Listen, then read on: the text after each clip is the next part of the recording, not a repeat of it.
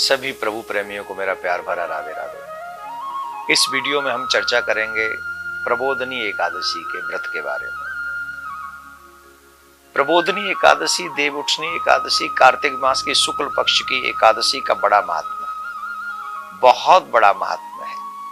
इस दिन भगवान नारायण अपनी निद्रा का त्याग करते हैं, जो कि पिछले 4 महीनों से वो विश्राम कर रहे हैं। धर्मराज ने कहा, महाराज आपने मुझे कार्तिक मास की बड़ी सुंदर कथा सुनाई है, मैं आपसे सविस्तार सुनना चाहता हूं। कृपा करके आप मुझे बताएं कि कार्तिक मास के शुक्ल पक्ष की एकादशी के विषय में मैं जानना चाहता हूं। इस एकादशी का क्या नाम है, इस व्रत को कैसे किया जाता है, इसका विधान क्या है, इसकी विधि क्या है, व्रत करने से किस फल की प्राप्ति होती है। भगवान श्री कृष्ण बोले, हे राजन, शुक्ल पक्ष की इस एकादशी को तुलसी विवाह के दिन आने वाले एकादशी को विष्णु प्रबोधनी एकादशी, देव प्रबोधनी एकादशी, देवोत्थान, देव उत्थव एकादशी, देव उठनी एकादशी आदि नामों से इसको जाना जाता है।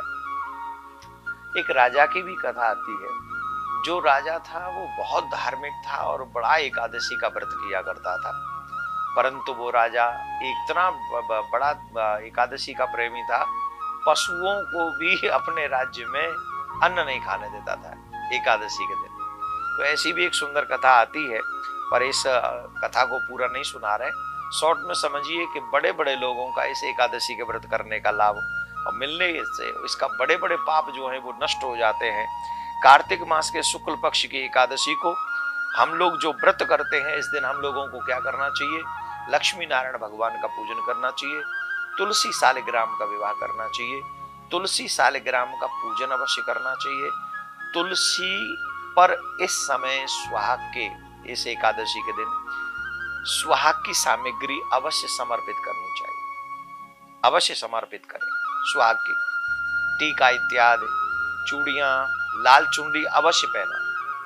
लाल चूड़ी हमें अवश्य, लाल चुनरी और चूड़ी अर्पित तुलसी महारानी को करना चाहिए।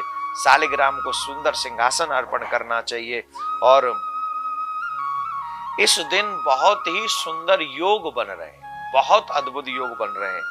देवउठनी एकादशी पर हर्षण योग, सर्वार्थ सिद्धि योग और रवि योग बन रहे हैं। ये तीनों योग बेहद शुभ हैं। इन योगों में किए गए काम या पूजा लोगों को प्रसन्नता प्रदान करती है, यानी इसमें किए हुए कार्य स्वयं सिद्ध हो जाते हैं। तो देवउठनी एकादशी के दिन आप कोई भी शुभ कार्य प्रारंभ भी कर सकते हैं। तो हम लोग जो देवउठनी एकादशी का व्रत करेंगे वो 12 नवंबर को करेंगे और 13 नवंबर को पारायण होगा। एकादशी पारायण सूर्योदय के पश्चात, सूर्योदय होगा 6:35 पर और व्रत पारायण होगा 6:35 से 8:40 तक हम एकादशी का पारायण कर सकते हैं। तो देवउठनी एकादशी के दिन किए हुआ भजन, किया हुआ दान, किया हुआ कोई भी शुभ कार्य बहुत लाभदायक होता है। तो इस दिन तुलसी सालिग्राम का पूजन करना ना भूलें, लक्ष्मी नारायण का पूजन करना ना भूलें, अपने इष्ट का पूजन करना ना भूलें। ये देवउठनी एकादशी आपके लिए मंगलमय हो। नारायण भगवान प्रियाकांजू सरकार आपकी प्रत्येक मनोकामना को पूर्ण करें। इसके बाद शुभ कार्य प्रारंभ हो जाएंगे, विवाह इत्यादि प्रारंभ हो जाएंगे। तो जिन जिन